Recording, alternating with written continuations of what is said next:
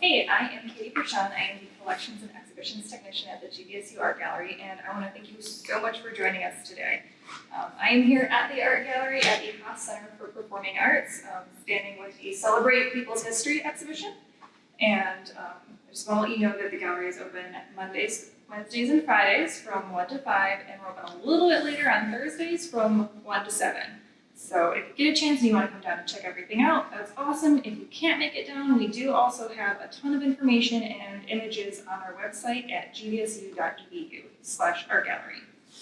Now, I'm a bit of a comic geek, so I'm really excited about our topic today, which is representation in comic books, specifically women's representation in comic books.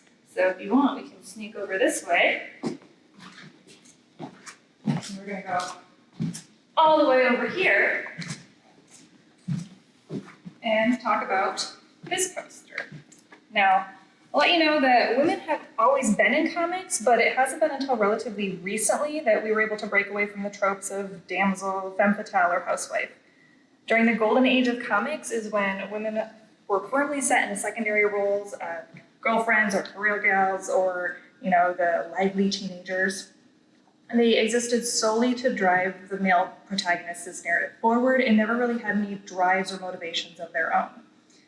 It wasn't really until the 1940s that women started getting their own sole issue comics, where they were the leading character for that narrative. Now, unfortunately, even with those comics, they still were pretty much relegated to their gender stereotypes. For example, one woman got accepted into the Justice League, but she was their secretary. In fact, in 1954, DC took a firm stance in how they wanted to represent women in comics. And they had a statement that said, the inclusion of female stories were specifically discouraged. Women, when used in plot structure, should be secondary in importance. They should be drawn realistically without exaggeration of feminine physical qualities. Now, I don't know how many of you are familiar with comic book art, but I can definitely say that DC took liberties with some of those edicts and stuck a little bit more closely to others, and I'll let you figure out which ones I'm talking about. Now, this move solidly placed women in the supporting cast role of their main protagonist counterparts.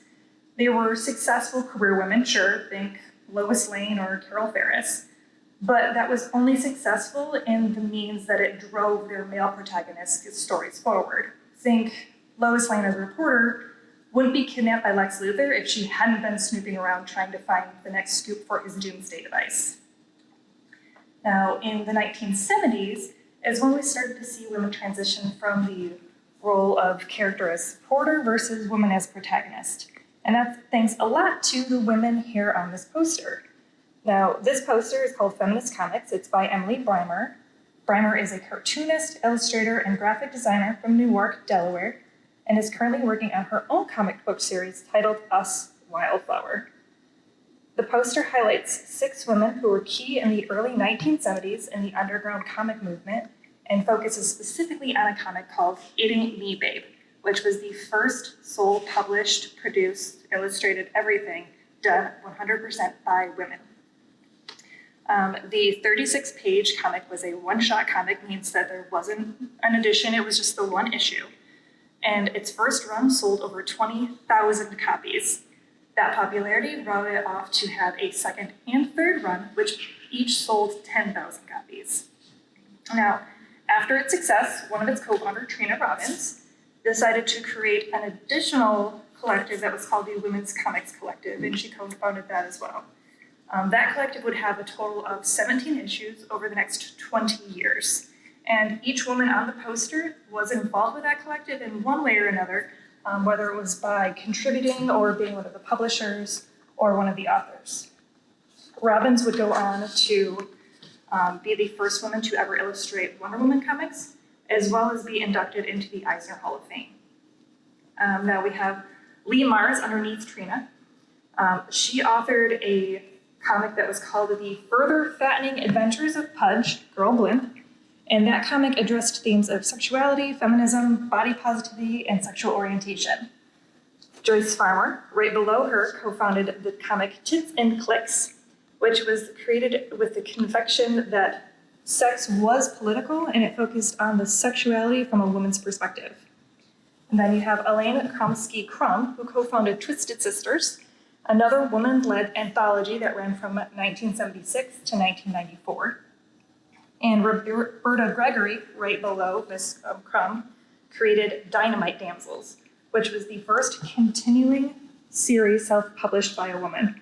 And what I mean by continuing series is that's what we're familiar with nowadays as far as comics go, where it'll be like issue 1, issue 2, issue 3 of a reoccurring story with set characters. Belinda Gebbe, the last wonderful woman here on our poster, created Fresca Zizis, which was actually banned from Britain and continues to be banned due to its obscenity.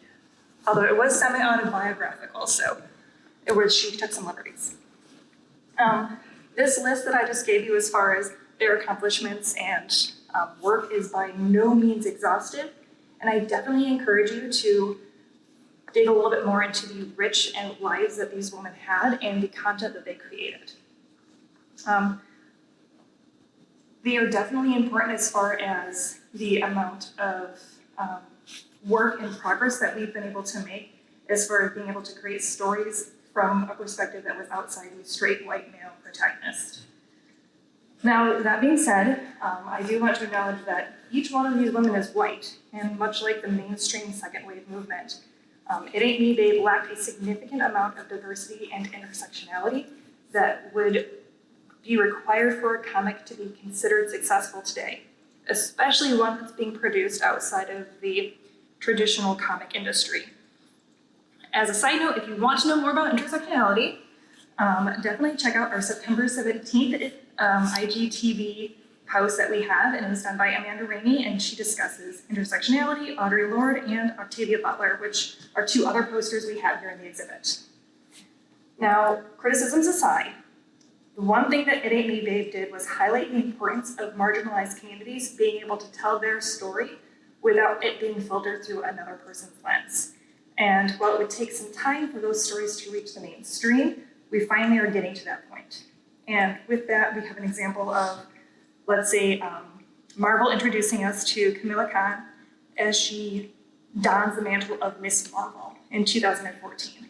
And she takes us through the life of a Pakistani-American teen trying to balance her Muslim faith, American culture, and hiding the fact that she's a superhero from her parents, which is a little hit and miss for her.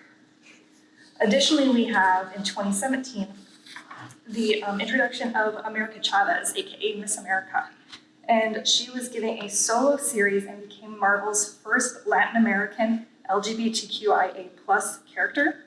And the title was simply America. It was written by Gabby Riviera, who is a Latin American herself and also a member of the queer community. Riviera has become one of the modern day authors and continues to focus on women-led comics. Others, such as Chelsea Kane, Kelly Sue DeConnick, and the powerhouse Gail Simone, have continued to create intersectional stories that showcase complex protagonists that the audience is able to follow through their accomplishments, their mistakes, their relationships, and their growth.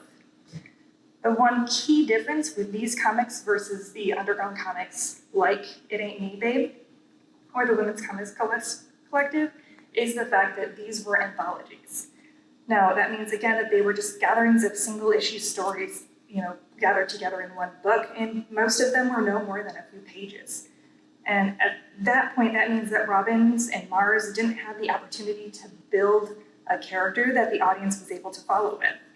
And that meant that you would try to be telling stories where you would have such a limited aspect of things. Like, imagine trying to tell T'Challa's story of loss and perseverance and redemption in 3 pages alone. The serialized format of modern comics allows the readers to become attached to the protagonists, to their environment, and be able to empathize better with their experiences. Now, Kelly Sue DeCormick takes advantage of this format with her series Bitch Planet.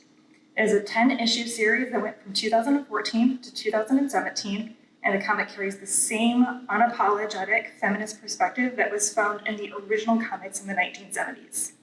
The difference being now that the perspective is actually being published by one of our mainstream publishers, Image Comics. And if you don't know Image, I'd say check them out. They're really good at creating a lot of really diverse content that's outside of the superhero genre. The women in the comic are sent to a prison planet for issues of non-compliance. Now, that could be anything from murder to being held responsible for your husband's infidelity. While the setting is fictional, the themes and characters are very relatable. It offers up an unfiltered, unabashed view of what it's like to be a femme presenting in a Western culture that sees women as commodities at best and disposable at worst. Chelsea Kane's latest series, Man-Eaters, takes a different approach to many of the same themes that DeCormick is addressing, but with a lot more satire. The comic follows Maud, who is a 12-year-old girl, in a world where women literally become man-eating giant cats when they start menstruating. I know, it's great. Now, in the absurdity of its premise, Kane calls out the ways that women are held responsible for the often bestial behaviors of men and the shame and stigma that comes with starting your period. Even the comics of the covers are accented with glitter and holographics and rainbows, and I will be completely honest, the cover is the first thing that attracted me to the comic, and I was not disappointed. So with that, countless other stories are being told that don't fit the traditional writer example. Like with many other things, the internet has been able to bridge the demand for content and bring it to a diverse audience. Platforms like Webtoon, Tumblr, or Patreon have created a sustainable model for content creators to get their work to fans without the need of a third-party publisher.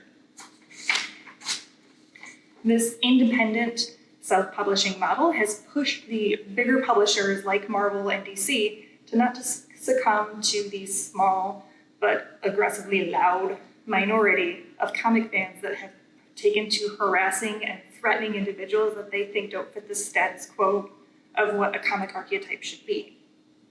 Now, I'm glad that the publishers can recognize that the world of comics is continually moving forward and that telling these diverse stories means that we have a richer world experience and more content to consume. And I hope that the women who wrote It Ain't Me, Babe would be just as happy to see them